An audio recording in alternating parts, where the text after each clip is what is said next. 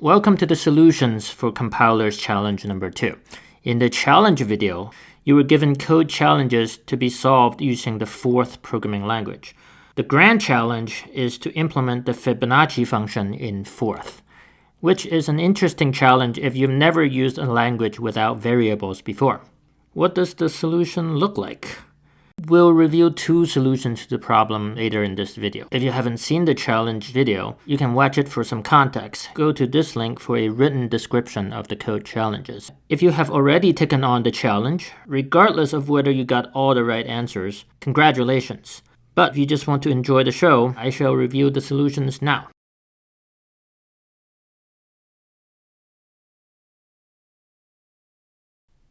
I will first write the code skeleton for the subroutines. To print out individual letters, I'm heading over to ASCIItable.com. O has a code of 111 and D has a code of 100.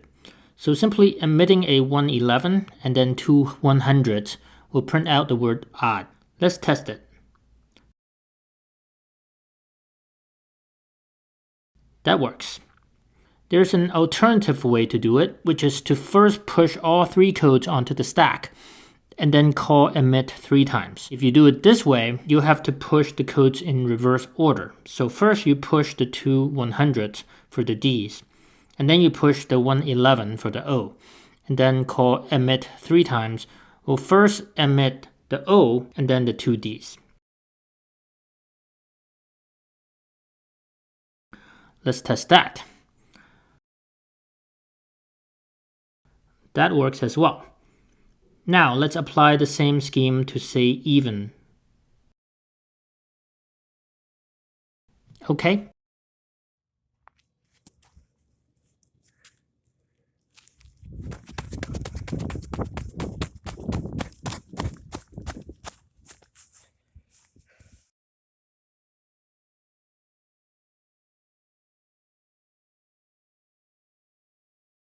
To tell if a number is odd or even, we'll need to use the modulus operator, which will perform a divide of two numbers and give you the remainder. We know if a number is even if the remainder from dividing it by 2 is 0. So say we get the number 3 on the stack. We do 2 mod, then we do 0 equals to compare the result to 0. In this case, we will get 0, a falsy value. Now we can use the if statement to either call say even or say odd. Let's test that. That works. But we forgot to print the number itself first, which is part of the requirement. Let's go back to the definition and add dup dot to the beginning. The reason we need dup is because the dot operator, which prints the top value of the stack, is destructive. If we don't want it to take off the value, we use the dup operator to make a copy of it first. Let's test that. And it works.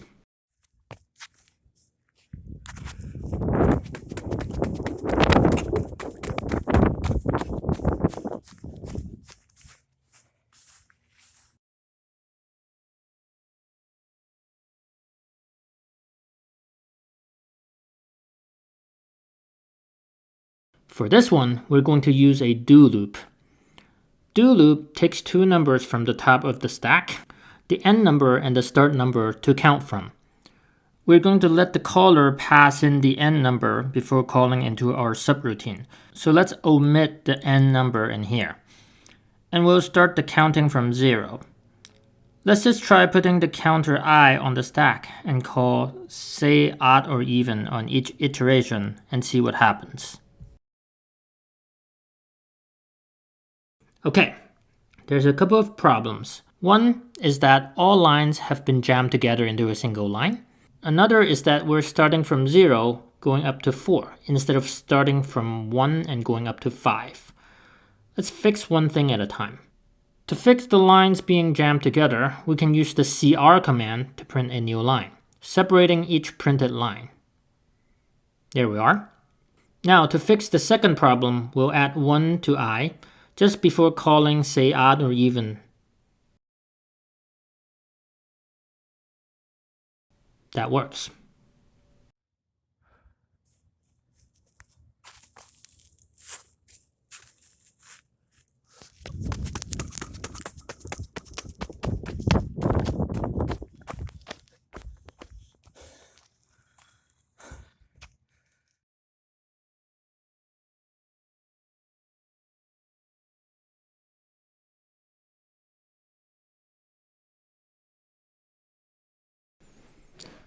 Okay, for the grand challenge, the Fibonacci sequence, we can solve it in one of two ways, either using a loop or using recursion.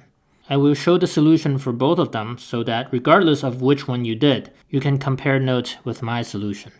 We'll start with the loop-based solution. In a more traditional language, this solution is based on two variables. Let's call them A and B. Both of them are initialized to 1, and then on each turn we update them. A becomes B, and B becomes the result of A plus B. In Python, you can simply write it in one line like this. We'll print out the value of A and B after this transformation. A is now 1 and B is now 2.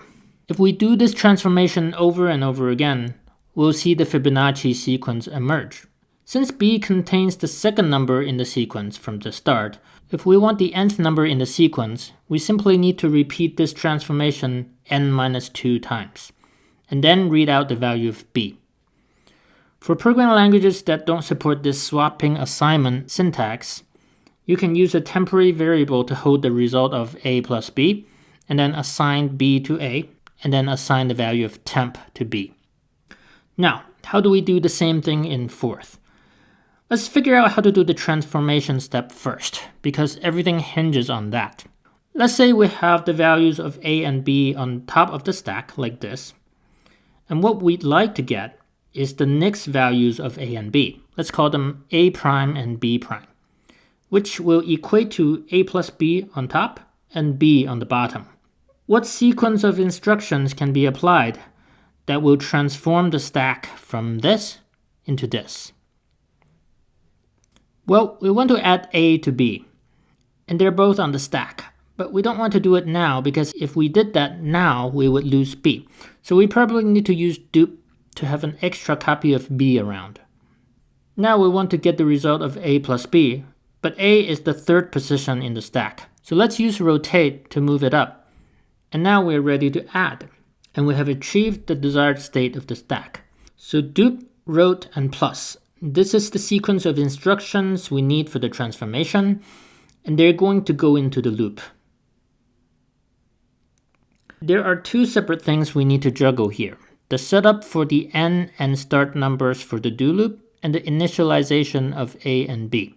What order should these numbers go?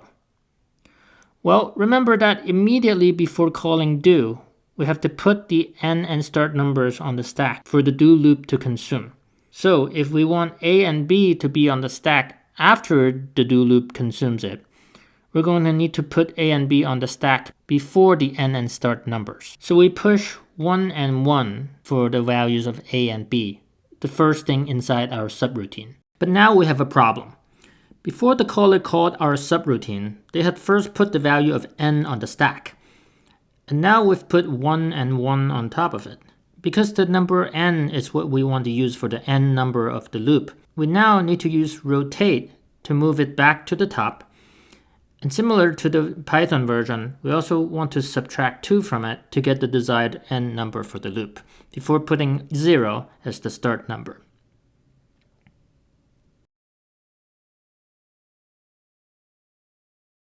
Now let's test it. We're getting an extra number.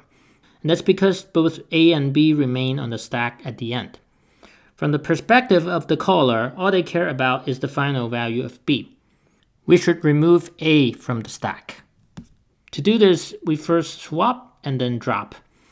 And now only B remains. Let's test that. And it works.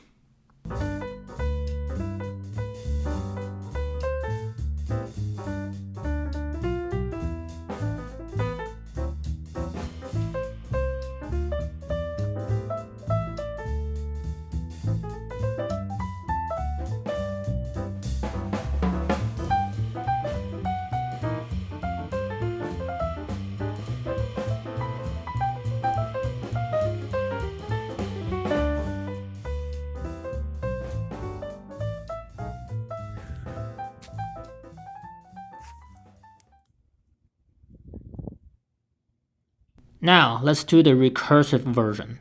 To get a skeleton of what we need to do, this is a recursive version in Python. The fib function returns 1 if n is 2 or lower. Otherwise, we're going to recursively find the fib number at n minus 1 and n minus 2, and then add them together to get the final answer. Now, whenever you use recursion, there's this cool moment where before you're even done writing the function, you take a leap of faith that recursively calling your own function will give you the correct answer for the subproblem. And that moment happens with writing the fourth version of this as well. So the caller put n on the stack before calling into our subroutine. The first thing we'll check is if this number is less than or equal to 2. In JS4th, we only have less than, so we'll use less than 3. Again, we want to use dupe first to save n for later. Let's suppose that n is less than 3. In this case, we want to remove n from the stack and just return 1. We can do this with the instructions drop and then 1. Now let's go back, and we have n on the stack again. But let's say this time it's not the case that n is less than 3. This is the case when we want to recurse. First, we recurse for n minus 1, and then we recurse again with n minus 2. When subtracting 1, we want to use dupe first to save it for the second recursion. Now we recurse, and this is the magic moment when we take a leap of faith and assume the recursive call will do the right thing. If it did, it will leave the correct answer on the stack when it exits. So we just imagine that that had happened, and we'll get the answer f of n minus 1. We use that to mean the n minus first number of the Fibonacci sequence.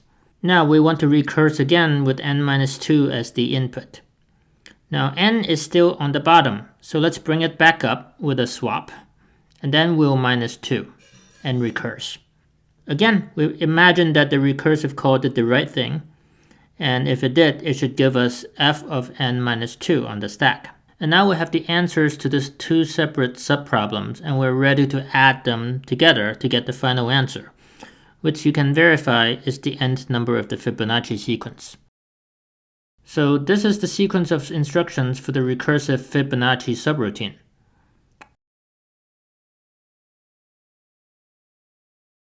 Let's test it. And it works.